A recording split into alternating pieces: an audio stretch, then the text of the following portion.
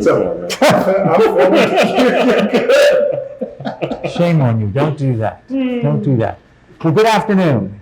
Here we are at Herbsaint restaurant on the corner of St. Charles and Girard, one of Donald Link, Steven Spryjewski's restaurants that has been open a while back. They're open for lunch and for dinner. So I'd like to thank Donald and Steven for allowing us to shoot this segment here. Also, for giving us the wonderful Bailey Dare, their mixologist, who's going to create a Tom Collins and a Old Fashioned for us later in the show. So without further ado, our guest today, some say he's the best food writer in the state of Louisiana. Some say the region, some say on the east of the Mississippi River. Who are these sources? I need to find them. Our very own Times-Picayune New Orleans advocate, Ian McNulty. Hello, Ian. Hello, Fred. Great to be here. And cheers. Cheers. Now, to show that we're following the rules to the T, now that we have our drinks and are seated here, let's remove our masks and continue the conversation. Thank goodness, because I am awful thirsty. So I am drinking a Plymouth gin, Tom Collins. And Ian, what's your choice? With Buffalo Trace, first of the day. Fantastic. And like I said, at the end of this conversation, Bailey will go ahead and break it down and show us how to make each drink individually. So, Ian, tell me first off, how'd you get into the food world? And then also what brought you to New Orleans? Food was, well, you have to have a hobby, Fred. At first it was sustenance like anybody else, of course. Mm-hmm. I think my infatuation with food goes back to my mother, back when I was a newborn. Okay. Just kidding.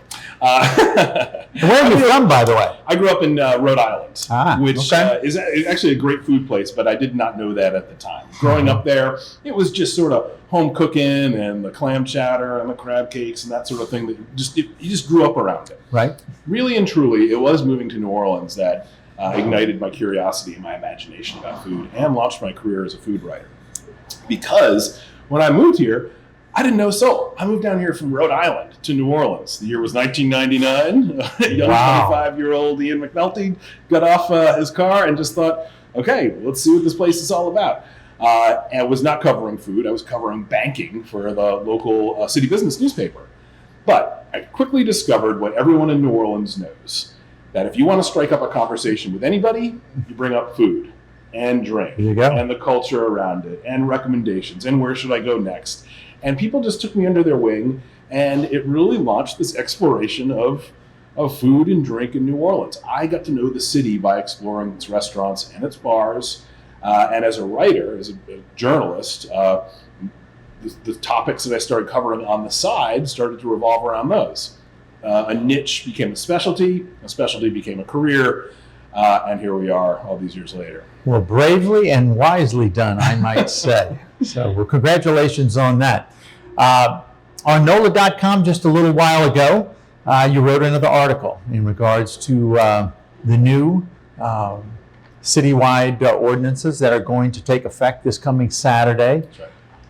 Can you tell us about what the restaurateur is saying in that regard? Well, restaurateurs have been through a lot, that's needless to say. Everyone in our community has been through a lot in these past few months. But in the restaurant realm, it's hitting on every front. It's hitting financially, personally, emotionally, spiritually, and the great unknowns for the future are way heavy. My heart goes out to everybody who's in the business who's being affected by this, because I know how deeply they care about this line of work as a calling, as a profession. They're proprietors. They're lifelong hospitality professionals. They've built their careers and expertise around this. And the real heart of it is not knowing what's going to come next. So, they have to respond to these rules that come down from the city and often the state. And what I hear from a lot of people is they're just looking for clarity. They just want to know what to plan for and what to expect next. And we're dealing with a situation where nobody really knows that week to week. So, right. You hear a lot of frustration, you hear a lot of fatigue, but this is also New Orleans. This is also the industry we know and love. You also hear some laughter in between it sometimes, Right. sometimes dour laughter, but also hope, and we can get into that too. Well, I think we had mentioned earlier that at least in the restaurant world that is open, and I know in the retail trade, the consumption of spirits, wine has not slipped much. So I know that there's hope there for New Orleanians. The interest is not abated, that's for sure. So means of That's right. distribution may have been adjusted. And look, also earlier this week, federal money came down to people that applied for the loans. Long-term status. How is this going to help the restaurateur, you feel? Well, Fred, it really depends restaurant to restaurant. One of the things that we love about New Orleans restaurants is how different they are, how idiosyncratic, how characteristic they are. Right? These are not cookie cutter type of operations. Right. This is why we love them. But it also makes forecasting the future and just dealing with these changes a lot harder. You're not talking about a regimented industry where shop XYZ will do A, B, C, and everyone will be in lockstep. Vastly different clienteles for some of these restaurants, different situations of whether they own their property, rent their property, how much staff they need for their business model, what their partners and investors are feeling. So all of these factors play into it.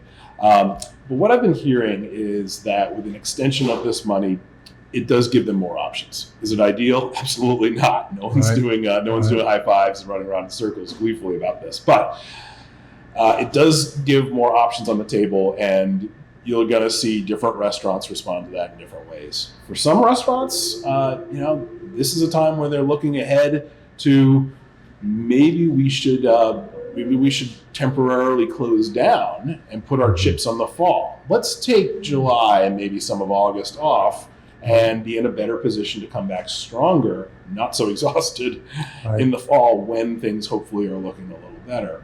For others, saying, nope, we got open. We did the hard work once. We're going to do everything we can to stay open. I've got my people back on staff. We're trying to find a way to proceed safely and to be in a good spot when things do pick up. So, different strategies for different places. And I'll say, don't count anybody out. Restaurants that have remained closed throughout some of this, including some very big names in New Orleans, fully intend to come back. They're just biding their time, waiting for the right circumstances to line up with their own situation. And others that are closing down, it's easy to say, oh my gosh, my favorite place closed, I'm so distraught.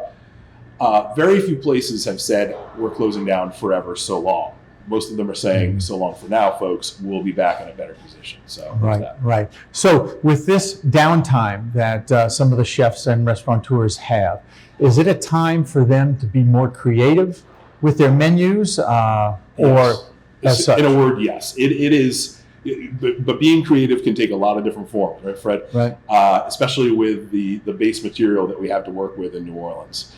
This is not a time for business as usual because that just won't fly. I mean, everyone knows that. Number of customers that you can serve, if they're there, the absence of the customers you usually do serve, if a lot of travelers are part of your clientele, all of this is out the window. But to your point, chefs and restaurateurs are being creative. They're being creative with how they present their menus. They're being creative with how they respond to the needs that they're hearing from the community. They're being creative with the ways that they structure their businesses. Some of this is temporary. Some of this may well be permanent. And you're seeing restaurants be more flexible, saying, okay, we want to serve you, our customer, the way you want to be served. And right now, that might mean a full service meal. That might mean takeout. That might mean a family style feast. That might mean some staples from our kitchen for your kitchen. And it might mean all of those things at once. Now, I think it will reveal new opportunities for people. I think that there are a lot of times those restaurateurs are following what their customers are responding to. What they're willing to show up for and pay money for. So it's a lot of trial and a lot of by necessity getting creative. Gotcha. Well, I certainly know that you've been a busy man, and I'm sure it's been somewhat tough on you. Going around the city and seeing what's going on, but how many articles a week do you write? It really depends what's happening, right? Okay, so we have our print product, the Times-Picayune New Orleans Advocate, and there's a certain number of stories that I need to file for that to take up the sections, to occupy those sections that people have. But news is different these days. Things happen quick. Right. You hear things, you think, gosh, people need to know about this right now, whether it's some big change that's happened or just some perspective that's out there. I think one of the things that I can do right now, what I've been trying to devote some effort to, is to serve our New Orleans community, our restaurant operators, our restaurant staff, and our restaurant lovers especially, with a dose of perspective on this. Because anybody can see the headline news and understand that it's a very dire situation. It would take an army of pastry chefs to try to sugarcoat that, right? It's bad out there. There's no doubt about it. Right. But there are some things that we have here in New Orleans that I am very, very fortunate to count among our blessings. First of all, we have New Orleans culture. That's not going anywhere. Right. It's the devices that we use to express it and share it are limited right now because of the contours of this horrible pandemic we're going through. But the culture is there, and that culture is going to be back in fine form, and probably, I think, in better form when things improve, because we'll all have gone through this together. It's hard times, no doubt about it. But what do hard times do? They season the skillet, right? They test people's mettle.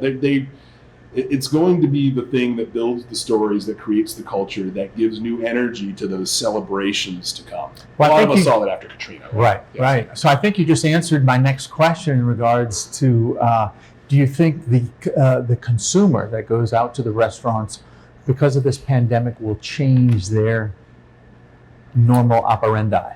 There are going to be some changes to habits. People are getting used to certain things during this time that they may not want to shake off, right? If everything was to go back to normal tomorrow, or let's be more realistic, in a few months, there are people who enjoyed spending a little more of this time at home, who enjoy getting back into the kitchen. I think some of those things may be there to stay. But if we're talking about the restaurant industry, the bar industry, I've long maintained the single most important ingredient to making those things stick, the single most important ingredient that really gives it their character, is the New Orleans people. We have our history, we have our traditional dishes, we have our classic cocktails, we have the great settings in which we enjoy them in, right? These historic buildings, we have the neighborhoods we travel to. What gives it its life? It's the people who work in these restaurants, but it's also the people who come into the restaurants, the regulars, your clientele, the people who light up that room, the people who bring their celebrations, their parties, their gatherings, their moments of their life into these places. That's what really animates New Orleans restaurants. And I think that's true from the high-end fine dining places right down to the po' boy shops. Right. So that at the end of the day, what I'm always writing about, I think, is the relationship that New Orleans people have with their restaurants, their bars, their hospitality culture. There's a lot of different ways to express that. Right now, we're living through a time where people are expressing it in a very different way because they have to, because of the circumstances. Right. You lift those restrictions, you lift those circumstances, people are going to pour back into that. It's that valuable to their lifestyle and their identity as New Orleans people. Very good, very good. Well, that is certainly uplifting for sure. A great perspective, and I'm sure in 2021, our culinary industry will be back stronger than ever. So, let me thank you. How about a drink? How about a little sip of this? Ian, thank you very much for joining us. And now we're going to have Bailey Dare show us how to do these two cocktails. Thank you very much. Cheers, everybody. The first one that we're going to make is I'm using this Plymouth gin. It's super simple. It's just 2 ounces of gin, 1 ounce of lemon juice, and half an ounce of simple syrup.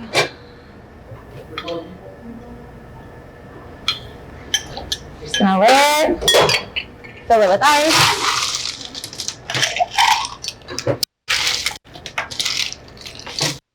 Top it with soda water. And give it a little stir. You can garnish it with a lemon wedge with a Luxardo cherry in it. And you're ready for a refreshing cocktail. With Herbsaint Bar and Restaurant, and today we're going to make really simple classic using Buffalo Trace bourbon, 2 ounces of bourbon. We're just going to use about a bar spoon full of Demerara simple syrup.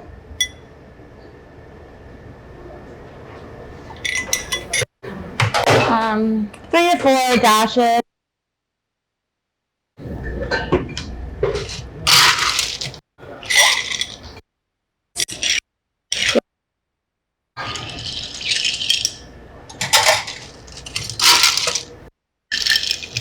Me an orange.